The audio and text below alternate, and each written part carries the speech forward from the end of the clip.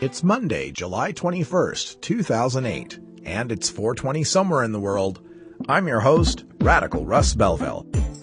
Produced and distributed by the National Organization for the Reform of Marijuana Laws in Washington, D.C., this is your NORML Daily Audio Stash, the growing truth about cannabis.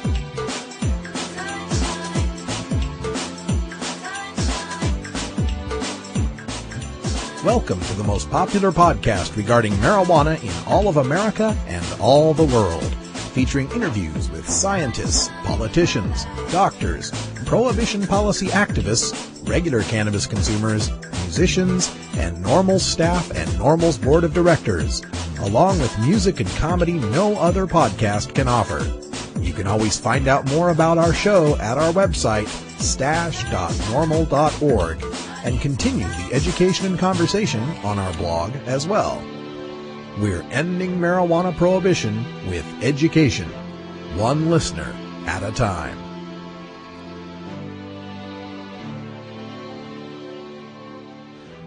The podcasting and blogging technology for the NORML Daily Audio Stash is provided by Red Aphid Interactive Media. For your professional web design needs, visit redaphid.com.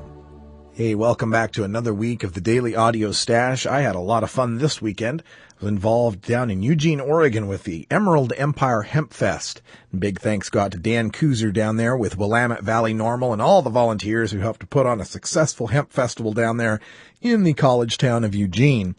I was able to speak on Sunday afternoon, got to speak to all the people and tell them about our Oregon Cannabis Tax Act, where we're trying to get cannabis taxed and regulated through state-run liquor stores, trying to get that on the ballot for 2010, and check out cannabistaxact.org for more information on that.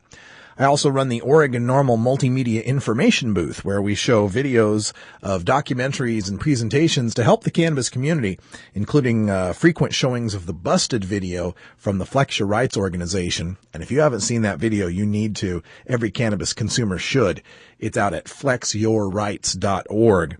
Also showed a couple of great documentaries, aka Tommy Chong, the Josh Gilbert documentary on the story of Tommy Chong going to prison for 9 months for selling glass on the internet, as well as the Kevin Booth movie American Drug War, kind of outlining how the American drug war has continued and been funded by government agencies like the CIA. So lots of stuff for people to fill their head while they're there at the Emerald Empire Hemp Fest. And we'll also be there at Seattle Hemp Fest. So if you're there at Seattle, make sure to stop by the Oregon NORML booth and check that out.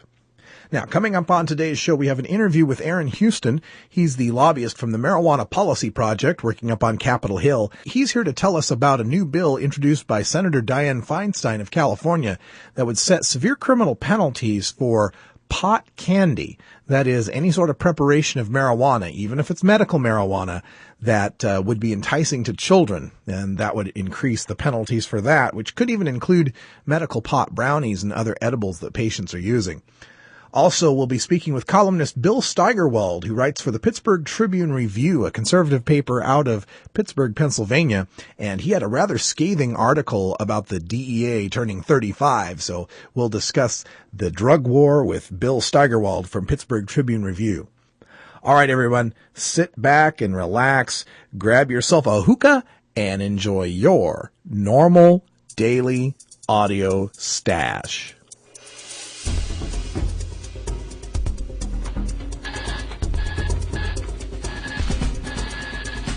Now it's time to take a look at the latest stories about marijuana from news organizations across America and around the world in our NORML Daily Audio Stash, Hemp Headlines.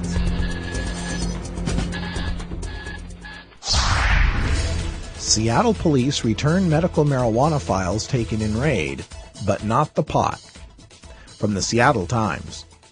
Seattle police returned hundreds of patient files and a computer hard drive to Martin Martinez Thursday evening, 2 days after they raided his University District storefront where he runs a collective and outreach group for medical marijuana patients. Prosecutors have told Martinez he won't face any charges and the investigation is now closed. Douglas Hyatt, Martinez's lawyer, said, quote, "Nothing is going to happen. It's done," end quote, as he went to the Seattle Police Department Thursday to pick up the files and other belongings. But police have so far refused to return about 12 ounces of marijuana and 2 bongs seized during the Tuesday bust, Hyatt said. According to Hyatt, a police department attorney has promised that the drugs and water pipes won't be destroyed until Hyatt can raise the issue with King County prosecuting attorney Dan Satterberg or take the matter to court. Hyatt said, quote, "It's really the principle. If you have the legal right to have something, the police shouldn't be able to take it away from you and not give it back," end quote. And I'm still left wondering why the Seattle police are involved in this marijuana bust after the people passed I-75 directing them to treat marijuana law enforcement as their lowest priority. Washington State Supreme Court says pot smell isn't enough to arrest all the car's occupants. From the Seattle Times. Law enforcement officers who detect the odor of marijuana from a vehicle can't arrest all the occupants, the state Supreme Court ruled Thursday. In a unanimous ruling, the court determined the smell of pot isn't enough probable cause to warrant the arrest and search of everyone inside a car. While smell alone may be reason for a vehicle search, the court determined, it doesn't warrant handcuffing passengers without other supporting evidence. Defense attorneys on Thursday called it a right to privacy victory.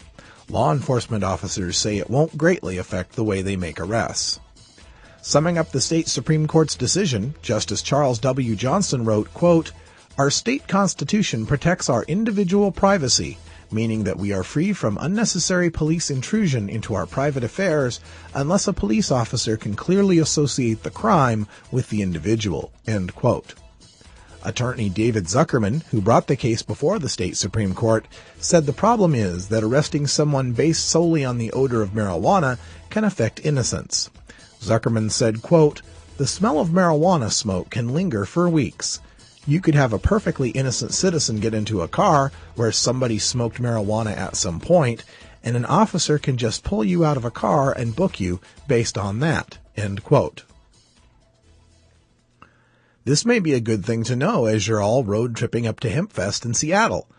Not that any responsible adults would be smoking marijuana in their cars while driving, of course. And it wouldn't affect you anyway, because if you were to break a law and transport marijuana, you'd at least have the sense enough to place it in a smell-proof container and store it in the trunk so the state trooper would have nothing to smell. Still, it's nice to see a privacy-affirming ruling from a Supreme Court from time to time. Can cannabis compounds slow the progression of multiple sclerosis? The Cannabinoid Use in Progressive Inflammatory Brain Disease Study, or CUPID, at the Peninsula Medical School in Plymouth has reached an important milestone with the news that the full cohort of 493 people with multiple sclerosis, or MS, has been recruited to the study. CUPID is a clinical trial which will evaluate whether tetrahydrocannabinol, THC, one of the many compounds found in the cannabis plant, and the main active ingredient, is able to slow the progression of MS. This is an important study for people with MS because current treatments either target the immune system in the early stages of MS or are aimed at easing specific symptoms such as muscle spasms or bladder problems. At present, there is no treatment which slows the progression of the disease. The CUPID trial follows an earlier study, Cannabinoids and Multiple Sclerosis, or CAMS, which suggested a link between THC and the slowing of MS. The CAMS trial saw participants take THC for a year. The CUPID trial will last longer and aims to assess the effect of THC on progressive MS. It has taken 2 years to recruit the 493 participants who will each take part in the trial for 3 years, and in some cases 3.5 years. After data cleaning and analysis, the results should be available by spring or early summer of 2012. The anecdotal data are out there. I have personal experience with one MS patient who claims her cannabis regimen has halted the progression of her disease and allowed her to continue with her career as a graphic designer. This is the kind of study our government needs to be funding, instead of the constant attention to pseudoscience designed to show marijuana's alleged harms.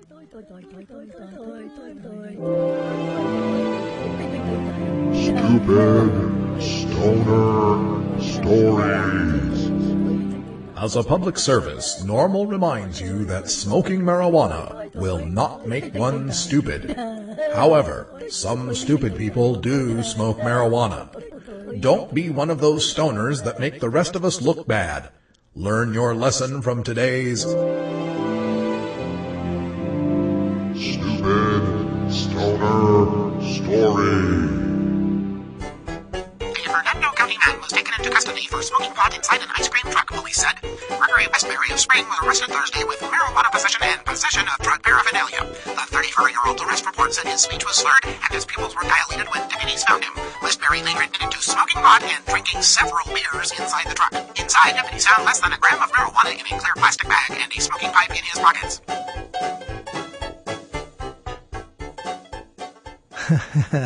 If you're trying to smoke marijuana in secret, it helps if you don't follow the basic plot points of Cheech and Chong's Nice Dreams. On the other hand, when the guy had less than a gram of weed, but displays slurred speech and admits to drinking several beers, how come the headline isn't "Drunk Man Found Smoking Pot in an Ice Cream Truck"?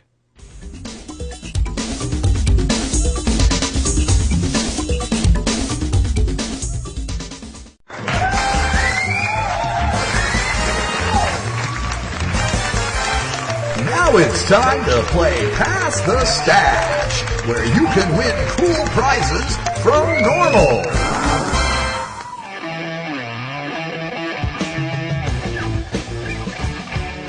Hey Stashers, time for a brand new Pass the Stash contest. This one's going to run all the way through the end of July, so you've got till July 31st to get your entries in to stash@norml.org.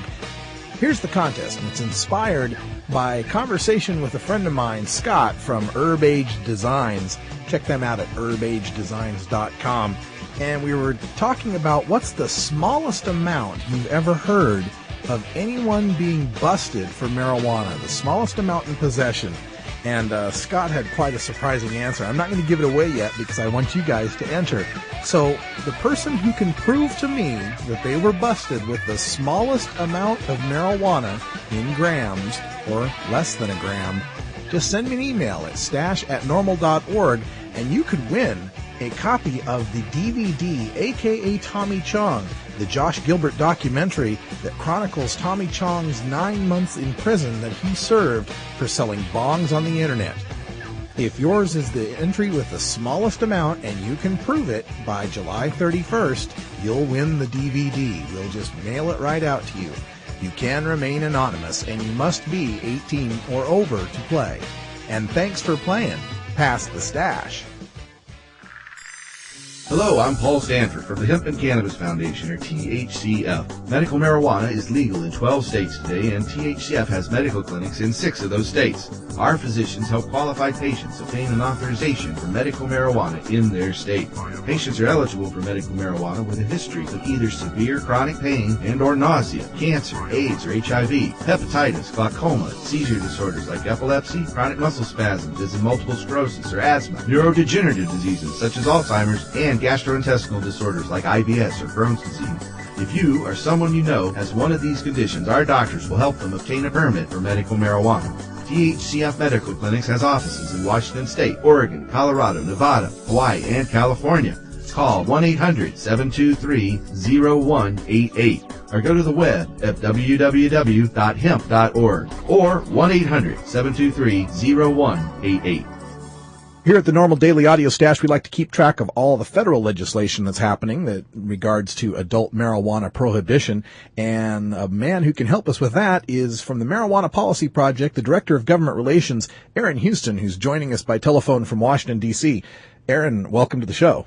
Thank you for having me. It's always an honor to be on. Oh, thank you so much. First of all, let's remind everyone, I know we've said it before and you've probably been going over this a lot, but let's remind everyone of the 2 bills that have been introduced by Ron Paul and Barney Frank before we get to this latest bill from Dianne Feinstein. Certainly. Well, as you noted, the Medical Marijuana Patient Protection Act of 2008 was recently introduced by Barney Frank and co-sponsored by Congressman Paul, and that bill now has somewhere in the vicinity of around 20 co-sponsors, I believe. And additionally, the two of those members also introduced the decriminalization of marijuana bill in Congress, which would eliminate federal penalties for small amounts of marijuana, for possession of small amounts of marijuana, and for the not-for-profit transfer of an even smaller amount of marijuana. Right, and these are H.R. 5842 and H.R. 5843, if I remember correctly. That is correct. You got it. All right. Now, the former bill, is this just basically a reinvention of the Hinchy-Rohrbacher Amendment? Well, not quite. Not quite. The Hinchy-Rohrbacher Amendment is different in a number of ways. Number one, it would apply to only the year in which the appropriations bill is operating, to which it would be attached. So, in other words, if the Hinchy Amendment were to be adopted on the fiscal 2009 appropriations bill, then the Hinchy Amendment language would be law for only 1 year, whereas this legislation would have a binding effect in perpetuity. It would be a permanent change to federal law. Additionally, because the legislative vehicle and mechanism is somewhat different, the effect is somewhat different as well between the two measures. The Hinchy Amendment would merely bar the federal government from interfering in the state medical marijuana laws. The Barney Frank, Ron Paul Medical Marijuana Patient Protection Act would actually allow the states to pass their own policies on medical marijuana. And it would allow the states to either allow doctors to recommend or prescribe to patients marijuana for a certain number of medical conditions. It would allow the states that have already passed medical marijuana laws, the 12 states that have already passed medical marijuana laws, to have those laws in effect. So it is different in the sense that it is permanent and not temporary like the Hinchy Amendment is, and the policy reach goes a little farther. Yeah, permanent and more far-reaching. Okay. So the latter bill, which Barney Frank had referred to on Bill Maher's show as the Make Room for Serious Criminals bill, that's the other bill that we're really excited about, the first federal decrim bill in years. Yes, and it could be called, it's really the first major proposal to be advanced in Congress that would decriminalize marijuana since 1978. The last time this issue was seriously contemplated by Congress was, to my knowledge, in around January or February of 1978, when the Senate Judiciary Committee took up a measure similar to this. So this is a very exciting step forward for us. We are talking to a number of offices on both sides of the aisle. We've already had a number of co-sponsors sign on to the bill without us even asking them to. So it's very encouraging, and it is a major step forward, as you have indicated, in terms of the public debate, having a debate about whether or not we really want to focus on locking up or sentencing people for marijuana possession only. It just doesn't make sense, especially when you consider that we have a policy at our southwestern border, because the southwestern border is so overwhelmed right now. Our law enforcement agencies are so overwhelmed there that there is a policy among federal agencies patrolling the border down there that they have a catch and release system with non-nationals coming over the border with 500 pounds of marijuana or less. 500 pounds of marijuana compared to the 100 grams of marijuana that the Barney Frank and Ron Paul bill would make legal. So it is a major step forward, and it could rightly be called the Kingpin Act, or the Make Room for Kingpins Act of 2008.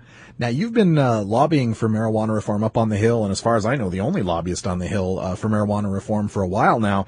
And Hinchy-Rohrbacher has been, introduced for many years now, and it's gained more and more votes as it's gone along, but the progress has been slow.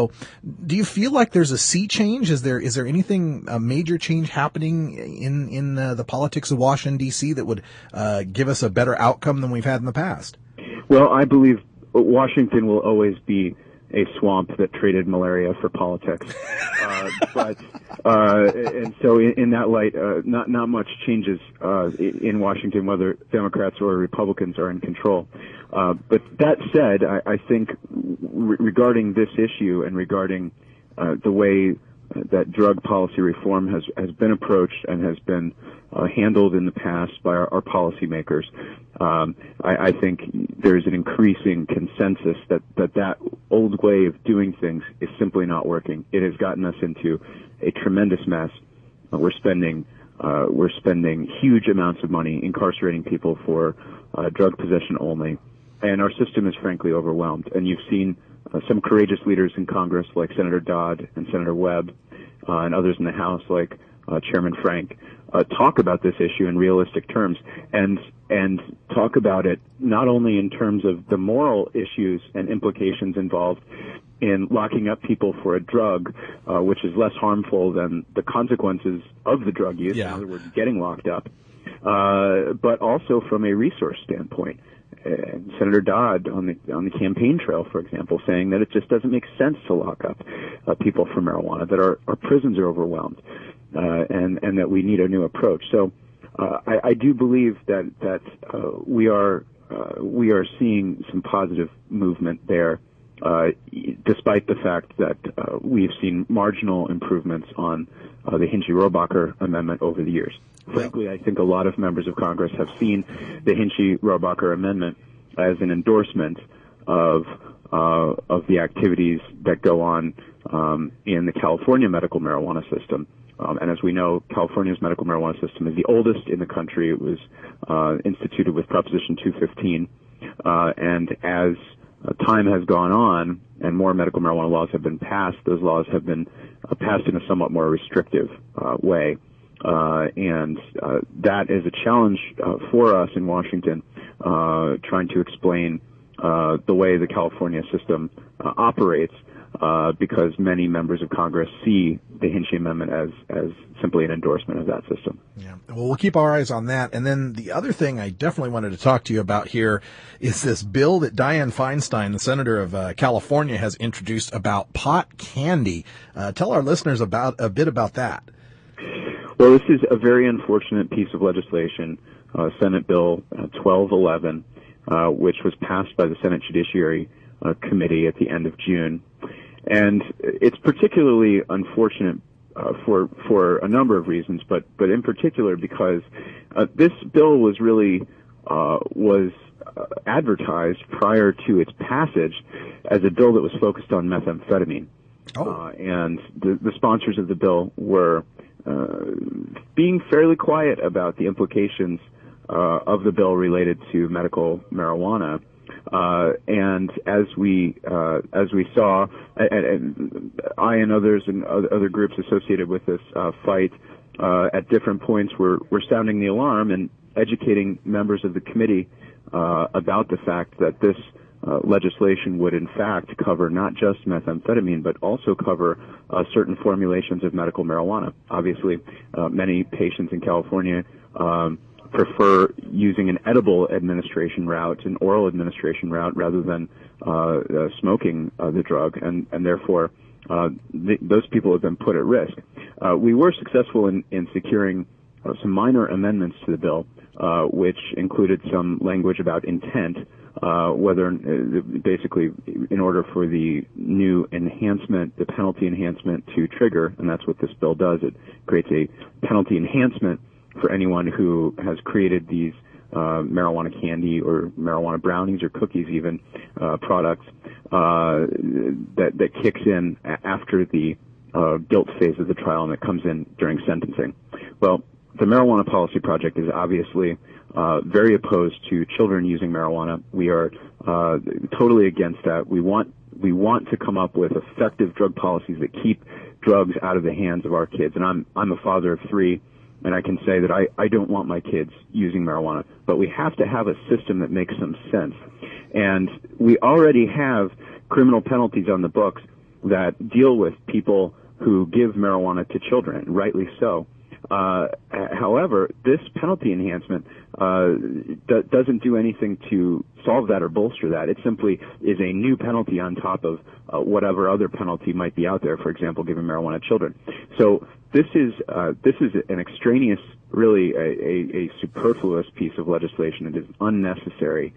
And we wish that Senator Feinstein would focus her efforts rather than grandstanding with this bill, focus her efforts on really investigating the DOJ's, the Department of Justice's involvement and the DEA's involvement in her own state's medical marijuana system, which was duly adopted by voters in 1996. Absolutely. We believe that she should be focusing on figuring out how to protect her state's residents from federal intrusion into their business on matters of criminal justice and on health policy, rather than coming up with new penalty enhancements that could ensnare people who happen to make pot brownies at home one night.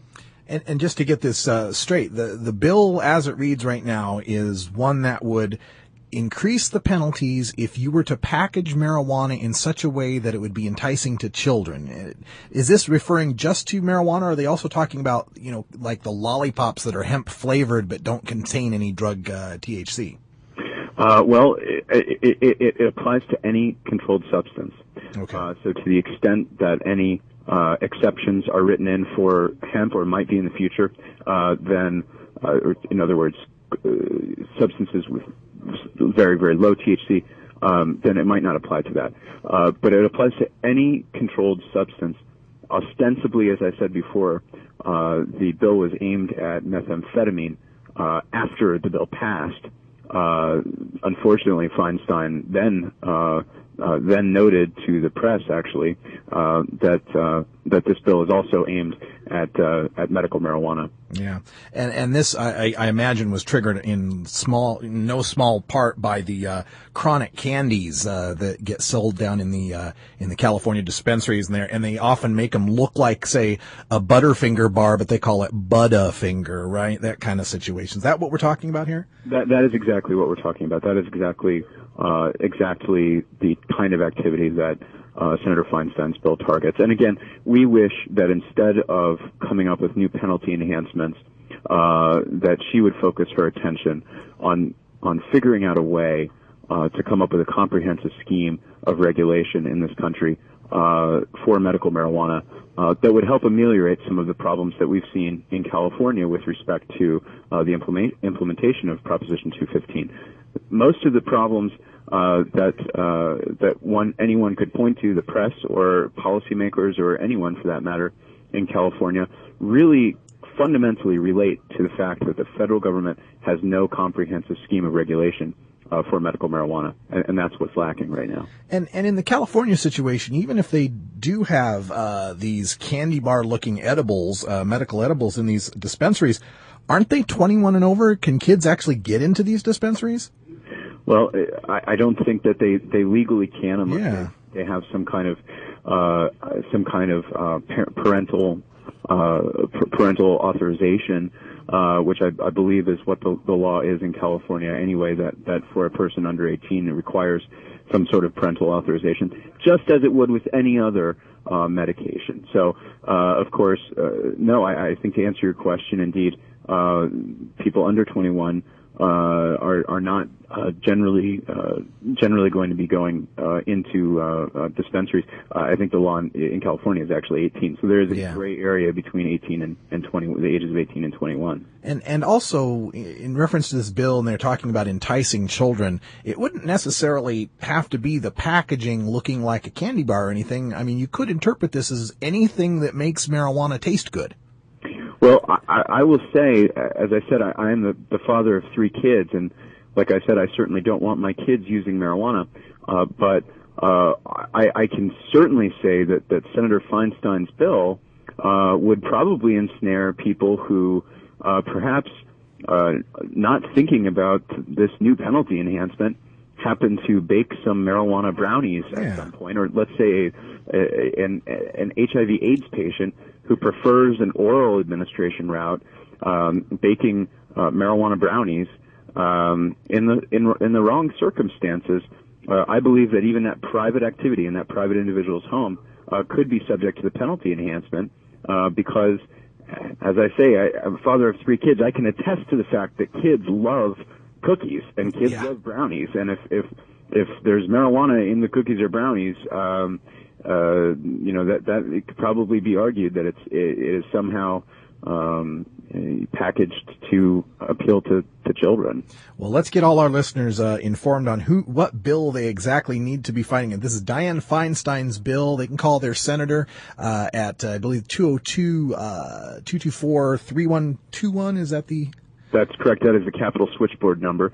And the bill is Senate Bill 1211 by Senator Dianne Feinstein of California. All right. Everybody call your senators and tell them, no, we do not want that bill. Yeah, Aaron Houston from Marijuana Policy Project, thanks for joining us here on the Daily Audio Stash. Hey, thank you for having me. It's always an honor. All right.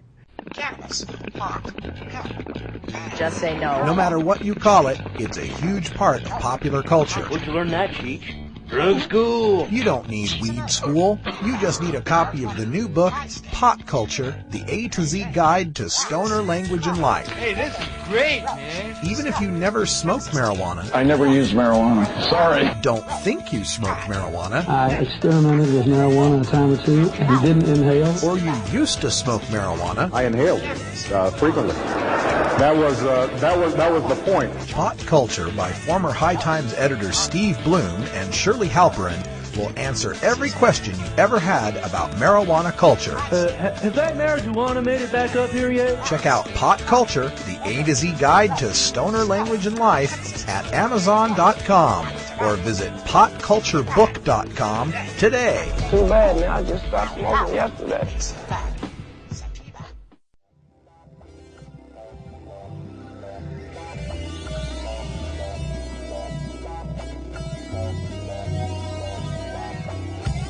Here at the NORML Daily Audio Stash, we work hard to change our nation's marijuana laws through education and discussion. But we also take time to relax and unwind with an eclectic mix of pod-safe music from many independent artists. We look for music that speaks to the growing truth about cannabis, or music that speaks to broader themes of freedom, liberty, social justice, equality, and protest. To find out more about the artists and download the music you hear on this podcast, just log on to stash.normal.org. And if you'd like to get your music heard by the online cannabis community, just send us an email at stash@normal.org. Welcome to Blue Monday, Stashers. You know the kind of blues we're talking about when we say we have the searchin' blues. The Manish Boys bring us some amazing blues today with their musical take on the searchin' blues. The Manish Boys started out as an all-star West Coast blues review that were together for one studio project. Now, 4 CDs later, they're still belting out the blues with incredible skills, bending guitar strings and classic blues vocals. This album may be the best blues album out this year. If you're searching for great music, you found it here. For more information on the Manish Boys and their album Lowdown Feelin', check out our website at stash.normal.org, where you can also get a download of the MP3 for this song. It's the Manish Boys with Searchin' Blues.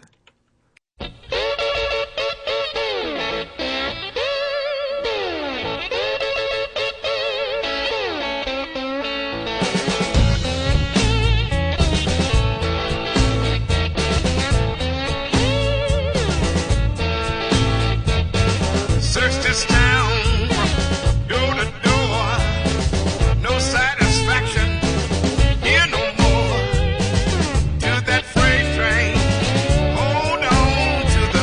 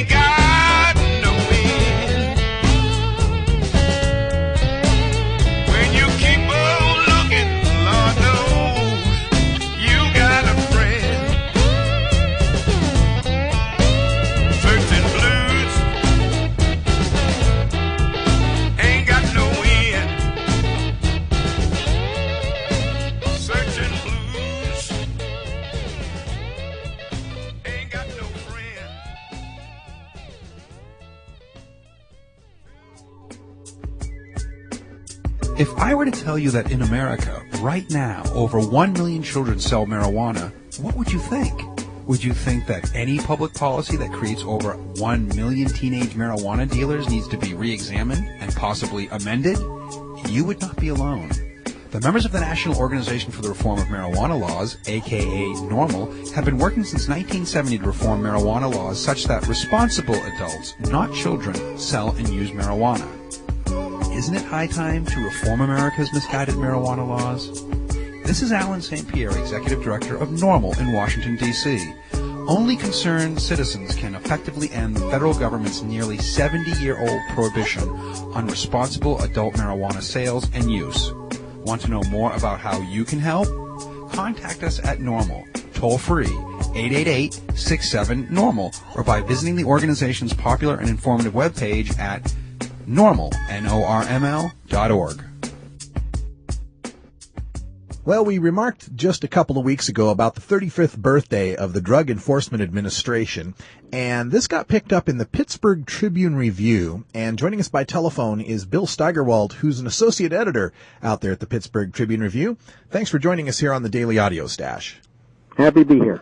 Well, I saw your column, and it was called "On the DEA's 35th Birthday, Not Much to Celebrate." What did you find in your reporting that you had to just share with all the readers there in Pittsburgh? Well, I'm a real big fan of the drug war, the DEA, all of this, So I'm always looking for. That's sarcastic, by the way. Yeah. I'm always looking for. Things, that I can hang a column around. I do a column every week. And so, and the DEA or the drug war always provides, I think, eventually, if something comes along. And I just happened to notice this.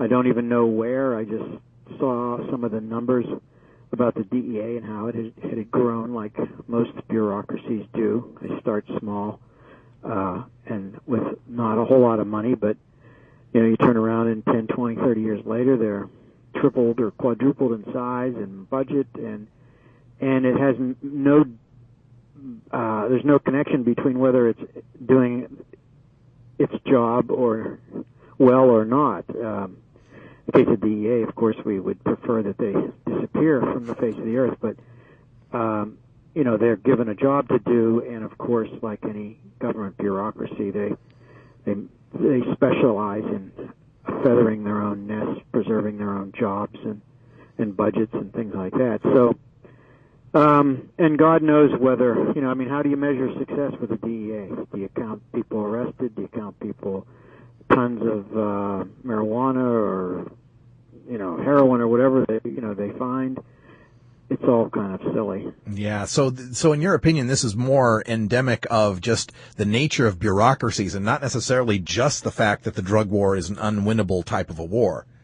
No, I think, that's what kind of struck me is when I saw it, I thought, this is, the DEA is behaving like a typical, bureaucracy. It's bloated. It's preserving its own power and budget. And in the case of the DEA, there are other government agencies. Let me think of one, the Agriculture Department, for instance. I think there are now more Agriculture Department employees than there are farms in America, things like that. Yeah. We can all rail about that. And as a libertarian, I have plenty to rail about, obviously, with the $3 trillion federal government and big, fat, stupid state and even local governments now. But the DEA gets sort of special protection because it sort of wraps itself in this, we're fighting against drugs and we're protecting the children and all that moralistic, all the moralistic arguments that it and its supporters and all the politicians, of course, Yeah. It just seems like over the history of the United States, every time we declare war on something, we seem to get more of it. Exactly. And I think the last time I mentioned the DEA or the drug war was just that here the federal government declares a lot of wars: the war on drugs, the war on poverty, the war on literacy, the war plus wars in Iraq, and they don't seem to win very many of them these days, and it's just sort of the nature of the beast. Now, do you think this is a particularly American phenomenon? You made a note in your column here about the World Health Organization study showing that, places like China and Japan have lowest rates of drug use, and, well, they have bureaucracies too, and so what's the difference? Yeah, obviously, on one hand, it's a kind of a great racket that the DEA has. They're set up to police an activity, the peaceful taking of various drugs that is very popular, and so they're never going to run out of people to bust or bad guys to capture their boats or trucks loaded with dope, whatever. And because because here in America, where we are much more free in a relative sense and in a real sense than most other countries, people want drugs, and we still live in a country that has enough room and enough freedom where we can still pretty much get them if we really want them. And in fact, it's so easy to get that any sophomore in high school can get it. Yeah, unfortunately. Now, as we look at this drug war, a lot of this, like you say, I would say, is part of a self-serving bureaucracy, trying to maintain their own power and their own budgets and such. A lot of what they are able to accomplish, to me, seems to be a function of the demonization of a certain class of people. I always laugh when I hear the term drug-free America, and then that's followed by a Budweiser commercial, for example. Yeah, right. Well, try to find a politician who, after 35 years or so of absolute absurd, by every kind of measurement, failure of this war on drugs, which is really a war on Americans and human beings and what they want to do, and I've always wanted to do, I guess, since they got out of caves. No politician seems to have the guts, no big time to really blast the war, to point to the emperor and say, hey, you for 35 years you've been naked. Yeah, really. You're wasting a lot of money and you're hurting a lot of people, and you've put, I don't know how many people end up in jail, and there's all these arguments about how many people are really in jail for just plain old marijuana offenses, but let's put it this way, there's far, far too many. Yeah, well, we're looking at coming up this October, we're estimating the 20 millionth arrest for marijuana since it was made illegal in 1937. Really? Yeah, and those arrests, it doesn't matter whether you're going to jail or not. The arrest itself can have some devastating consequences for your career, your licenses, your reputation, and so on. And so since this is such a controversial sort of topic, when you published this in the Pittsburgh Tribune Review, what were some of the responses? Is the public generally on your side as far as this opinion, or did you? I thought it was interesting. I've written things like this before, where I've just blasted the drug war, and said things like, I believe that the Taliban would be proud of our drug policy. They would support it probably 100%. There's hardly any difference. And with past columns, I would always I sort of get the automatic responses from the anti-drug war warriors, various drug policy places and things, and and they send emails or they send a letter to the editor, which is good. And but I used to always get some sort of conservative Republican people who would say I was crazy and how can you stick up for drug use and all this other stuff. This time I got nothing. I only got support. And it's not like I get this avalanche of support, but maybe 10, 15 emails from our readers and letters, and also I think this column is now appearing on townhall.com, which is a conservative and very Republican-oriented website, but they carry my columns mainly because they get them for free. And I was curious to see whether they would even put this up, because this is a very, doesn't exactly fit their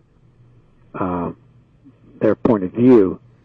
Though people like William F. Buckley and others were against the war on drugs, and Friedman and others, but Town Hall and sometimes they get a little squeamish about these kinds of things. But they did put it up, and I have gotten about every hour or two, a little email will pop in, and they'll just say something quick and, like,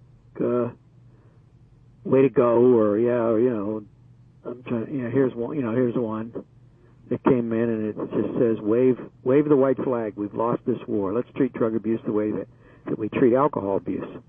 Yeah. So obviously and this came from God knows where, but it came because of the town hall and other places that are now posting this column. Well, I think it's becoming more in the American consciousness, and despite, whether you'd consider yourself on the left or the right, on the left you can look at it as, a liberal, I have the right to do with my mind what I wish. On the libertarian side, you can say government shouldn't interfere. On the conservative side, you can say it's a bureaucratic waste of money. There's a reason for everyone to be against this the war on drugs the way it's being waged these days. I dare say the smarter you are, the more you see the absurdity of the drug war. Even if you don't think, obviously I'm 60 years old. I'm not running around smoking dope or doing anything like that. But and I suspect that my 22-year-old son may be. But I'd hate to see him get arrested for it. But I think that people who, younger, smarter people tend to see what's going on and understand that this is a horrible mess. And yet the older people who should know about what happened when we tried alcohol prohibition and all the horrible things that it did to society and to people and to cops and to judges and to the fabric of society and the rule of law and everything else, you'd think that they would get the parallel between drug prohibition and alcohol prohibition, but you know what? They don't. They somehow we need. I kept hoping that as people my age and who are following me, the aging baby boomers, that things would change, that there would be pressure on politicians, because that's where it has to come from, to end the drug war, to at least ratchet it down to where, it turns, from criminalizing drug use to trying to treat it, if they want to try, if that makes them feel better, that would be an improvement over what they're doing now. We've been speaking with Bill Steigerwald, who's an associate editor at the Pittsburgh Tribune Review, and his column is available up on the Trib Review website. We'll have a link to that at stash.normal.org, and thanks for joining us. Sure, thank you. Thank you for downloading the NORML Daily Audio Stash, the growing truth about cannabis. We are produced by the National Organization for the Reform of Marijuana Laws in Washington, D.C. Our executive producer is Alan St. Pierre. Our deputy director is Paul Armentano. Our webmaster is Brian Judy, and web production is provided by Red Aphid Interactive Media. As always, you can catch up on the latest information about marijuana at www.norml.org. And you can interact and download from our Audio Stash blog at stash.normal.org.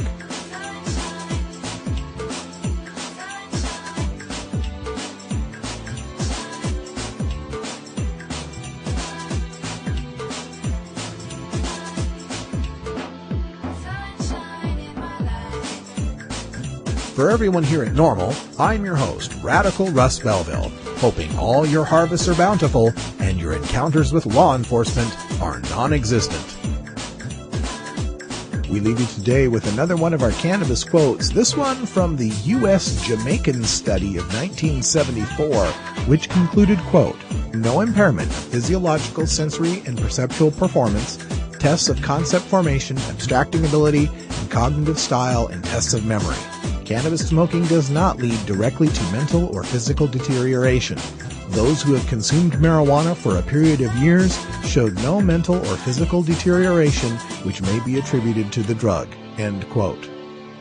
Well, the evidence is out there. It's been out there for thousands of years. Humanity has been using cannabis, hemp, marijuana, ganja, whatever you want to call it, for thousands of years, and will continue using it for thousands more.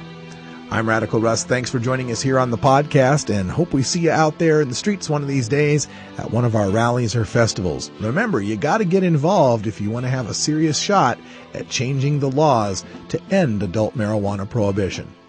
Thanks for joining us, and until next time, Take care of each other, tokers.